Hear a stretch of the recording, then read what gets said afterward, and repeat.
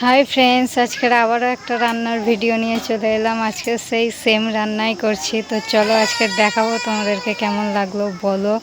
আর প্রচণ্ড গরম, দেখতেই পাচ্ছ কিভাবে ঘেমে যাচ্ছে। চলো রান্নাটা তোমাদেরকে দেখাই, শেষ অবধি দেখবে কিন্তু ভিডিওটাকে স্কিপ করবে না, ওকে? তো চলো ভিডিওটা শুরু করা যাক। প্রথমে কড়াইটা বসিয়ে দিয়েছি উনানে কড়াইটা গরম হতে দিয়েছি। তারপর দিয়ে দিতে হবে তেল। তেলটা একটু ভালোভাবে গরম হয়ে গেলে, কড়াইটা প্রচুর গরম হয়ে গিয়েছে, দিয়ে তেলটাও তার জন্য দেওয়া মাত্র গরম হয়ে গেল। এই তেলেই আলু দিয়ে দিতে হবে। আলুগুলোকে ভালো করে ভেজে নিতে হবে, যেন সাদা সাদা না থাকে। হালকা একটু লাল লাল কালার এলে, আলুটা একটু ভাজা ভাজা হয়ে গেলে আলুর কোনো উপর দিয়ে আর কোনো রকম স্মেল লাগবে না। তো প্রথমে আলুটাকে এইভাবে ভেজে নিতে হবে। দেখো আলুটা যখন তেলে দিতে হবে খুব সাবধানে দিতে হবে, যাতে তেলটা না ছিটকে নিজের গায়ে এসে লাগে, তাহলে গরমের সময় বুঝতেই পারছো কী হবে। দিয়ে আলুটা এভাবে দিয়ে ভালো করে আলুটা নাড়িয়ে ছাড়িয়ে দিতে হবে। দিয়ে তারপরে আলুটা ভালো করে লাল লাল করে ভেজে নিতে হবে। বেশি কালো হয়ে গেলে ভালো লাগবে না, কিন্তু তেলটা খুব হিট হয়ে যাওয়ার কারণে একটু হয়ে গেছে, তো কিছু মনে করে না। দিয়ে আলুটাকে তুলে নিতে হবে একটা জায়গাতে। আলুটাকে তুলে নেওয়ার পরে দেখো আলুটা তোলা হয়ে গেলে ওই কড়াইয়ে যে গরম তেলটা রয়েছে, ওই তেলটার মধ্যেই দিয়ে দিতে হবে কেটে রাখা পেঁয়াজগুলোকে। কেটে রাখা পেঁয়াজগুলো দিয়ে দেওয়া হয়ে গেলে পেঁয়াজটাকেও ভালোভাবে ভেজে নিতে হবে। আমি তোমাদেরকে এর আগের ভিডিওয় বলেছিলাম এদিকে খুব বৃষ্টি হচ্ছে, তাই একদম উঠান উনান সবই ভিজে, আর গ্যাসে এত বড় কড়াই রান্না হয় না। পেঁয়াজটা ভাজা হয়ে গেলে এতে দিয়ে দিতে হবে মশলা। মিক্সিতে মশলাটা করে রেখেছিলাম আগে থেকেই। মশলাটা তেলের ওপর পেঁয়াজ ভাজার ওপর দিয়ে দেওয়ার পরে মশলাটাকেও ভালো করে কষিয়ে নিতে হবে, যাতে মশলা দিয়ে কোনো কাঁচা আদা রসুনের কোনো রকম স্মেল যেন না আসে। মশলা দিয়ে দেওয়া হয়ে গেলে তার উপরে দিয়ে দিতে হবে লবণ, সামান্য স্বাদ মতন, একটু হলুদ, দিয়ে একটু জিরের গুঁড়ো, যে যেরকম গুঁড়ো মশলা খায়, যেরকম মানে অনেকে অনেক রকম ধরনের মশলা খায়, জিরে ধনিয়া যে যেটা পারবে দেবে।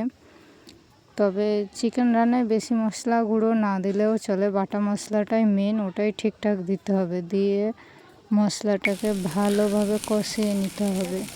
কষতে কষতে তারপর দিয়ে দিতে হবে তার উপরে কাঁচা যে কেটে রাখা ধুয়ে রাখা চিকেনটা, ওই চিকেনটা তুলে দিতে হবে। চিকেনটা তুলে দেওয়ার পর চিকেনটাও মশলার সাথে ভালোভাবে কষাতে হবে। আমার চিকেন দেওয়া রেডি হয়ে গেলে আমি দেখিয়ে দেবো কীভাবে কষাতে হবে। চিকেন রান্না করতে সবাই জানে, তার জন্য না, তাও আমি ভিডিওটা বানালাম, তার জন্য বলে দিলাম।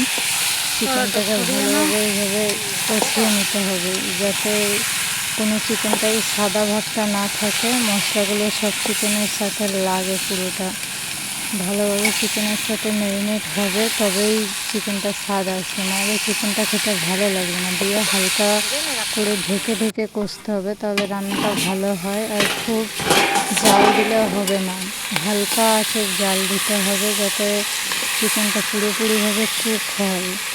মানে এমন না হয় যে কড়াইটা গরম হয়ে গেল, চিকেনটা তোমার কষাই হলো না, এদিকে কড়াইটা গরম হয়ে গেল, তেল তেল কিছুই থাকলো না, তখন চিকেনটা খেতে কিন্তু ভালো লাগবে না।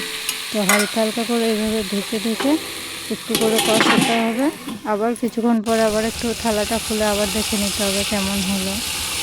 এইভাবেই চিকেন কষতে হয়, না হলে চিকেনটা খেতে ভালো লাগবে না।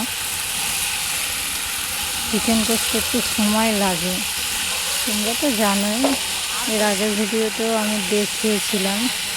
তো আজকেও আবার একবার দেখালাম। যদি ভালো লেগে থাকে কিন্তু সবাই জানিও। আমি যদিও বা অত ভালোভাবে কথা বলতে পারি না, তাও চেষ্টা করছি। দিয়ে দেখো চিকেনটা এইভাবে কষানো হয়ে এসছে। চিকেনটা কষানো হয়ে গেলে ভেজে রাখা আলুগুলো ওর সাথে দিয়ে দিতে হবে। ভেজে রাখা আলুগুলো ওর সাথে দিয়ে দেওয়া হয়ে গেলে সেই আলুগুলো ভালোভাবে চিকেনের সাথে কষিয়ে নিতে হবে, যাতে আলুগুলোর ভিতরেও মশলা ঠিকঠাক প্রবেশ করতে পারে। আলু চিকেন দুটোই একসাথে ম্যারিনেট যেভাবে করে সেইভাবে মশলাটা যেন দুটো সমানভাবে মিশে যায়।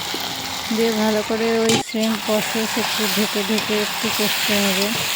কষতে কষতে একটা তেল ছাড়ে চিকেন থেকে। যখন দেখবে যে চিকেন থেকে তেলটা ছাড়ছে, মশলাটা অত গায়ে লাগছে না, তখন বুঝতে হবে যে চিকেনটা রেডি হয়ে এসছে। দিয়ে আমিও ওরকম ভালোভাবে চিকেনটাকে কষিয়ে নিচ্ছি। 2 মিনিট পর পর থালাটা ঢেকে দিতে হবে, আবার খুলে আবার একবার কষে নিতে হবে। এইভাবেই রান্না করি আমি। জানি না কে কেমনভাবে রান্না করে, আমি যেভাবে করি সেভাবে তোমাদেরকে দেখালাম।